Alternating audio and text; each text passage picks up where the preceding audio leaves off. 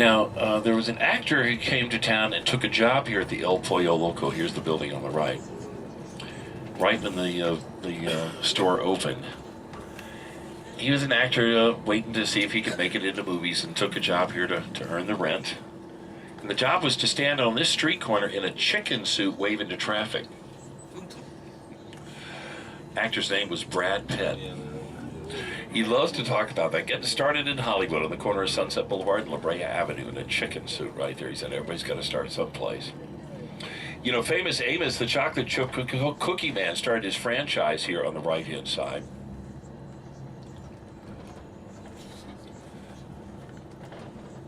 The Bossa Nova is the restaurant, but this is originally famous Amos, the chocolate chip cookie man, right there. Saharan Motor Hotel over on the left-hand side. Jim Carrey first stayed there when he came to Hollywood. Said he was taken back by Hollywood, so he spent a lot of time in his room at the Saharan over there on the left-hand side. We're going to see the Ralphs, too. As we go through the intersection, you'll see it. It's called the Rock and Roll Ralphs. Likely to see a rock and roll musician shopping for groceries at 3 in the morning after they played at one of our clubs on the Sunset Strip, which will be coming up in about 10-15 blocks. There's the Ralphs on the right-hand side. Yeah, the Strip is part of Sunset Boulevard. It's where the hotels, clubs, and restaurants are located. It's been part of the nightlife of Hollywood for a long time, and it's actually located in West Hollywood, one of the 88 cities in the county. See, there's the city of L.A., there's the county of Los Angeles. The city of L.A. is located in the county, along with 88 other cities. L.A. is the largest at 4.5 million. But 10 million people live in the county of L.A. We're coming into the rock and roll music store mecca of Hollywood right now. This is where you buy your guitar strings and your drumsticks. And if you look over on the right-hand side, you can see the awning, the one with the impressions of handprints in the awning. And if you look underneath the awning and right into the shadows there, you'll see something that looks a little bit like Grauman's Chinese Theater, only it's handprints of famous musicians. Stevie Wonder's out there, so ZZ Top had a little shrine to James Brown when he died right there. Handprints of famous musicians at what's called the Rock Walk right there. Carney's Express Limited on the right-hand side, very first Superman movie with Christopher Reeve shot right there as well. And the Art Deco Hotel on the left-hand side, the Sunset Tower, used in the TV show Ironsides, was Raymond Burr's office. Howard Hughes used to have rooms in there for his mistresses. And the Saddle Ranch Chop House on the right-hand side has a mechanical bull that was used in Desperate Housewives as well. Now, some of the hotels have undergone renovations, too. Coming up on the right-hand side, you're going to see the Andaz, the white building. Used to be known as the Riot Hyatt back in the 60s. That's when Led Zeppelin and the Doors used to ride motorcycles up and down. It's always cops are outside constantly there as well. And over on the left-hand side, the old gristmill, one of the original House of Blues right there, resembling an old gristmill from the southeastern United States here. And on the right-hand side, too, the Comedy Store with all the names of the comedians right there. David Letterman's name is up there, so is Jay Leno. Used to be known as Ciro's back in the 40s. That's where you came if you wanted to make it into the gossip columns, too. And rounding the corner, you could see the pole, the sign. Well, you can see the pole for the sign. The top of the sign is hidden by the trees until the very last second. But looking toward the right front corner of our coach, there is the Beverly Hills sign, or shield, right there. It's been in so many movies like Pretty Woman with Richard Gere and Julia Roberts. Beverly Hills Cops 1 and 2 with Eddie Murphy. Beverly Hills 90210. Just about every time that Beverly Hills has been the subject of a film, you've seen the Beverly Hills Shield right there.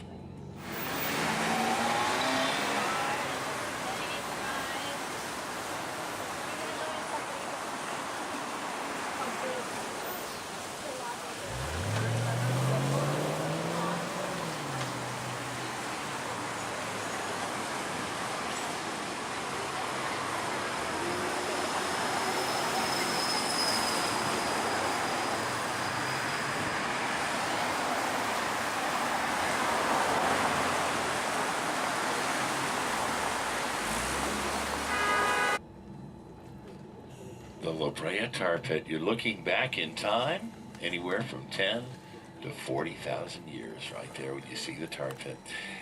Actually, I keep calling this tar. It's the lowest form of crude oil. It's actually decaying sea life from when the Los Angeles Basin was underneath the ocean about 100,000 years ago. And it's a very thick, heavy, gooey oil that seeps up through the ground here. Been doing it for about 40,000 years, settling in the bottom of the lagoon, so you end up with about 20 feet of tar out there in the middle.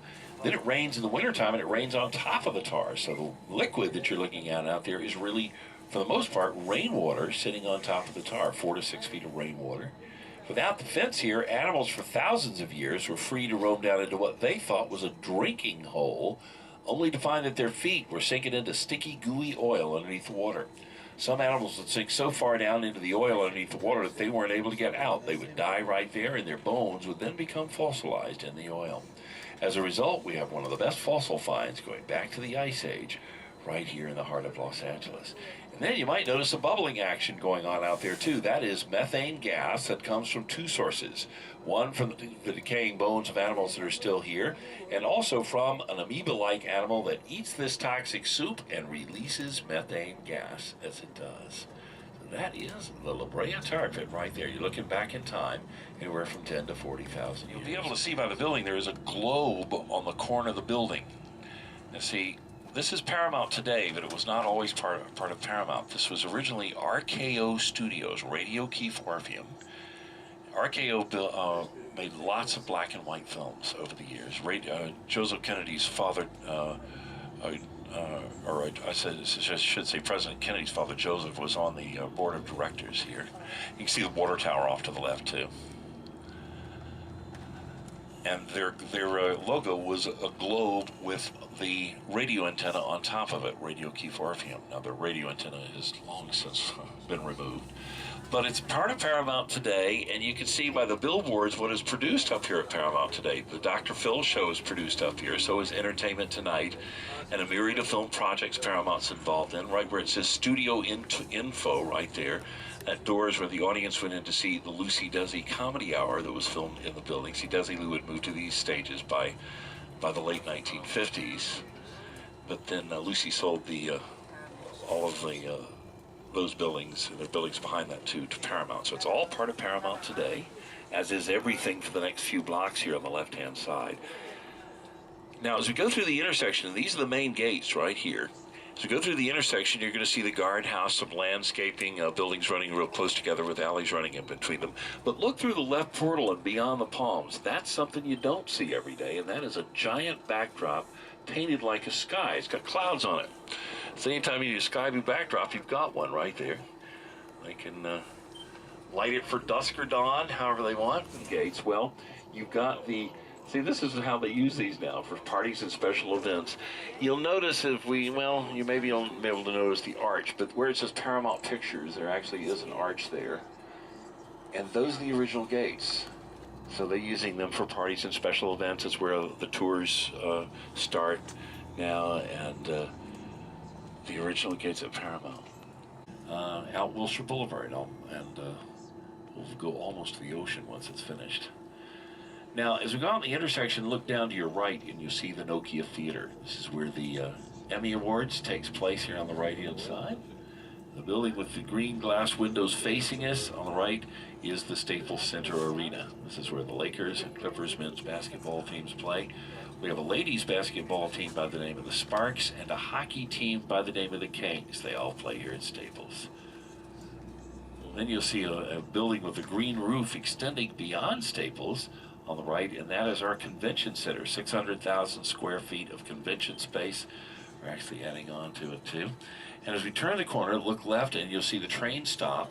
Part of that subway that I was referring to that now comes above ground continues to Long Beach, 25 miles to our left, connecting the two cities here.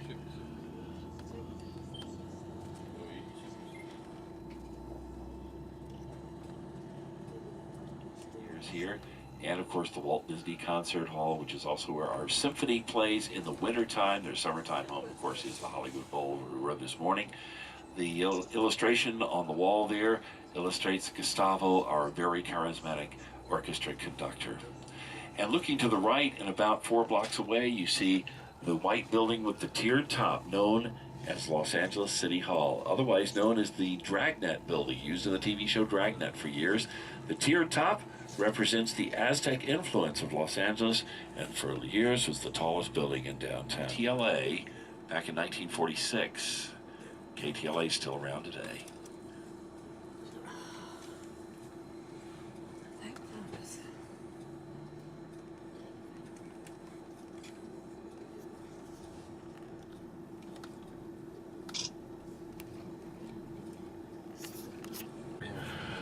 Now, the designer of the building says that was not his intent, for the building to look like a stack of records.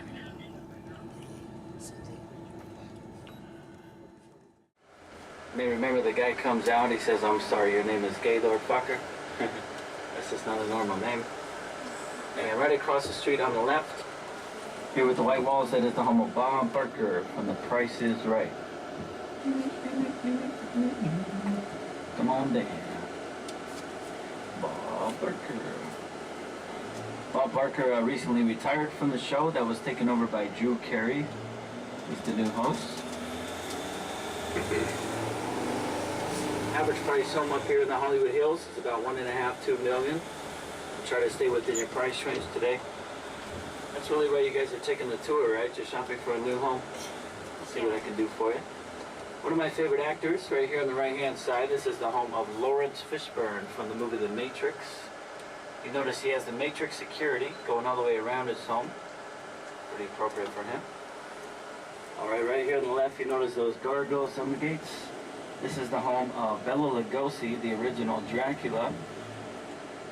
Now, Bela Lugosi actually requested to be buried right there in his backyard, wearing nothing but his Dracula outfit and his makeup. A little creepy, right? It was creepy enough that they wouldn't allow it. The house is now owned by Johnny Depp. Johnny Depp actually rents the house out. He doesn't actually live here.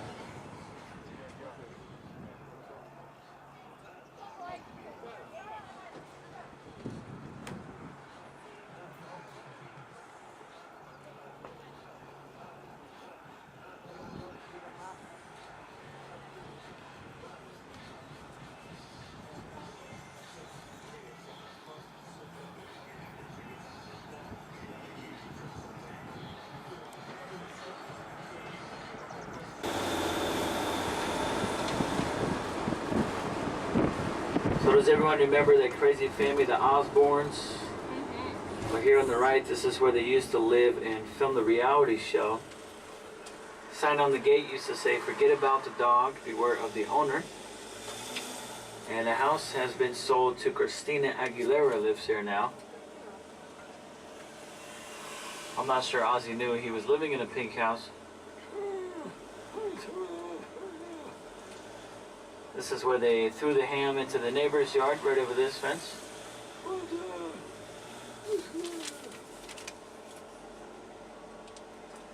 There's a funny new commercial out with Ozzy where he walks into the coffee shop and he says, the guy can understand him, he says, "What?" The guy still can't understand him, so Ozzy text messages him on his cell phone. He says, "Oh, black coffee. What did he say so?" That poor guy. Needs a translator. You've seen him in Top Gun, Mission Impossible, A Few Good Men, Tropic Thunder, Valkyrie. Right up here, guys, white and gray colored house, top of the hill. That is the home of Tom Cruise, Katie Holmes, and the baby Suri. Now, Tom is reportedly building his own spaceships right there in the backyard. He wants to be the first guy to fly to space in his own spaceship. What do you guys think? Would you go up to space with Tom? Yep. Yeah? Let's make sure he's coming back first, right? He did offer $100 million to move into the Greystone Mansion. The city refused to sell it to him, so he purchased that home for $35 million.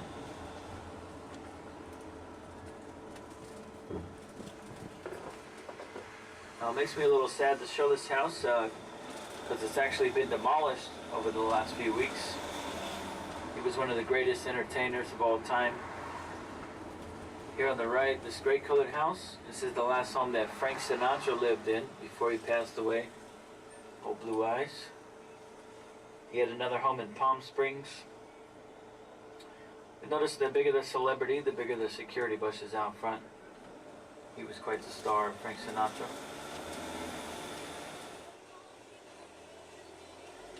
So Michael Jackson was renting the house on the left, $100,000 a month. He was getting ready for his upcoming concerts, rehearsing at the Staples Center. He was getting ready to go that afternoon when all of a sudden he suffered a cardiac arrest right up here in his bedroom. He was under the care of Dr. Conrad Murray. who was sentenced to 4 years of voluntary manslaughter. How long that? So we started hearing the ambulance and the fire trucks. You can see the bedroom balcony right up there. And if you guys look in the driveway on the left, you're actually going to see Michael's face right down below us. About a foot from the front of the driveway right there in the middle. You guys see it?